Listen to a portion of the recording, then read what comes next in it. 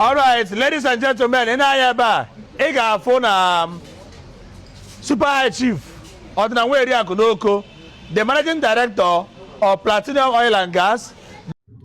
Hello my fellow Biafrans, I'm back again. But before I say anything concerning this particular video, I want to use this medium to thank each and every one of us that has been supporting me, sharing my video, and also praying for our leader, Mazi Nnamdi Kanu.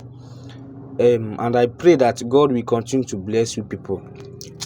The main reason why I bring this particular video here is to show you people that Igbo people still the best in the world.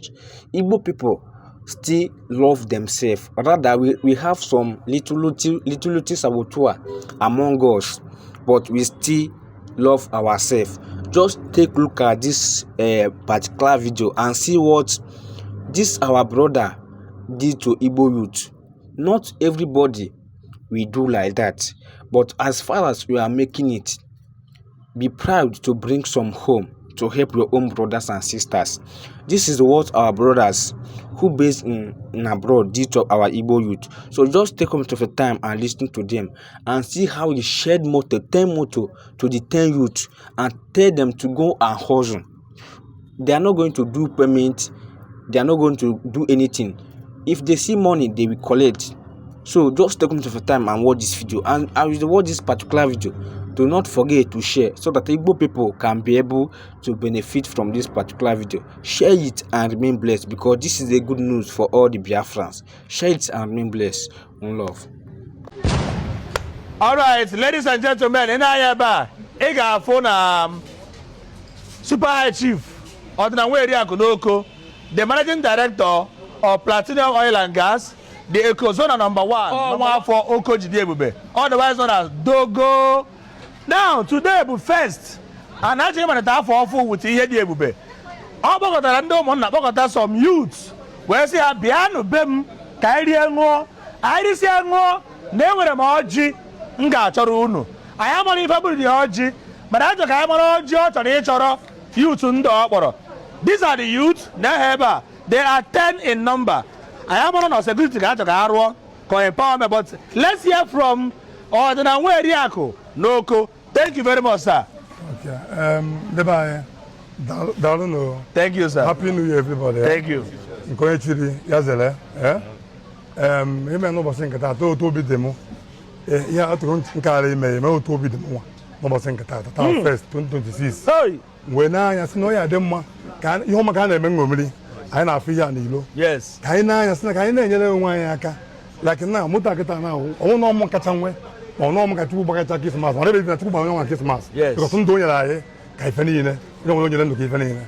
And can you go on? You want a man name? Let you go to Chuku. Ebo Chuku because how many I believe in Chuku. Umu has an emo kite mo. We ula de na. So ka all you bono nume. Onyo wana bombo. But we mbo ike. Itago. Oga go to ga to anaga. MSA tia by God grace. Anaga kwa. Second state emekwa. Aga na eme uto anaga. Ondo so be kwa ngomiri kwa ya. All you maka o. Owo so maka ana emekwa ya na aga na enye no wan aka. So you maka o. So we say na meji muta.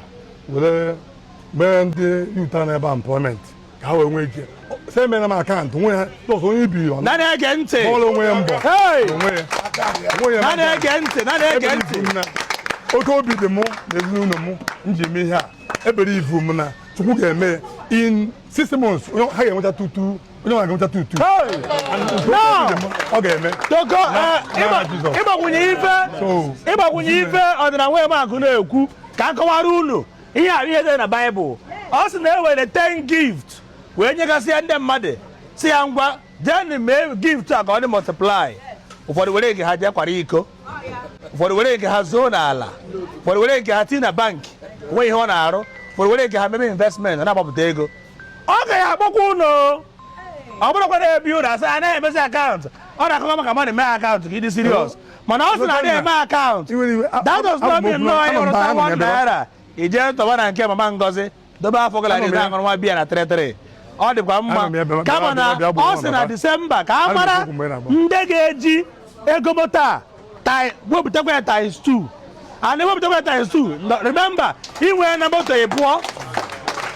Ọ bụ na ịrụọ dị ọrụ ịrụgide ọrụ sevụta ego ị bịa kpọsị ya ọdịna nwa eri agụdo ibiri moto free mụ wee jee zọba onwe m today moto a agbapụtagoro m moto abụọ ọ ihe dị ebube nyanwa nwere ike itikwara gị ofu moto kwa ọ dị ịtọ maka na onye mere ọfụma ka a na-asị ya ride on mana ọ bụ na ị na-eme ha ọfụma ị ma na ọ nwere ike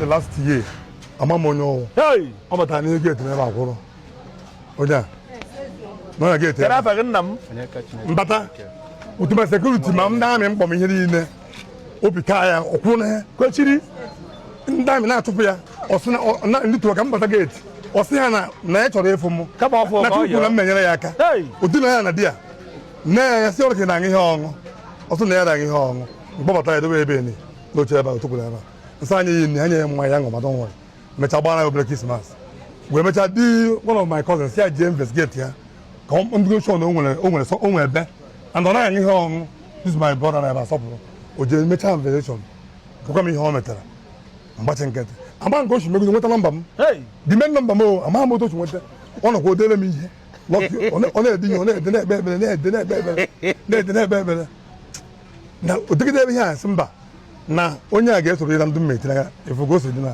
so na ndị o sori na ndị ebiri moto ihe a ga Chike Obi gụrụ egwu wee sị na persistence breaks resistance na ikwechiri na ị ga-afụ isi eda gịnị na nke ikpeazụ a bụ ịnụ m efere ọjị ihe a bụ efere ọjị na-edi ebe a Igbo na-edi ebe a ihe a bụ efere ọjị ihe dị n'ime ebe a kịta bụ ọjị moto ka ihe ngwuru ọjị moto a kịta bụ ịnene anya ebe a kamera na-afụ ya emere njikọsị ka ọ dị ka ọnwa ọdịna nwa mma mee ntu a mma na-akpọ 1 by 1 ebe mmanya aka iwere saba gwa anyị nọmba ị nwetara ọ bụ na nọmba 1 ijebe na ebe moto gị nọ ihe fụcha ebe tere 1 2 3 4 5 ije kwụrụ na ya nọmba with your tag ọ ya bụ moto ga-eji mere gị ọjị na Jenụwarị now na-atụfughị oge na-enu aka m ebe a were dị n'aka wee dị n'aka dekwa dị ebe a ka m tụrụgharịa ngwa were ofu sape ozugbo nọmba gịnị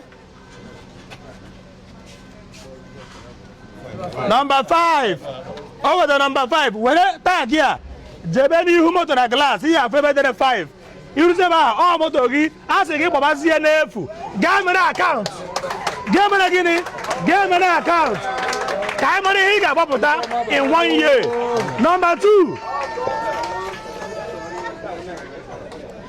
open. Nọmba 3 jee na nọmba 3 ebe a ebe ọ bụla edobe nọmba 3 nke ọ bụ edobe nọmba 3 jee na nọmba 3 kwuru next.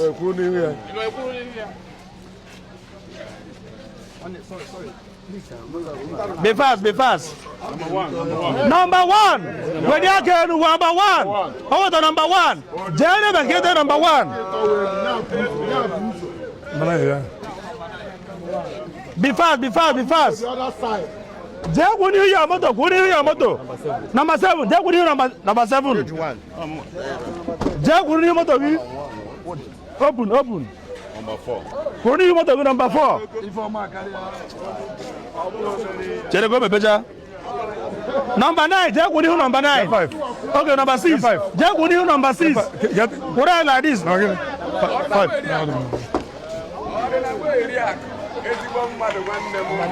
Number 9. Jack, when you number 9. Hey! Koro.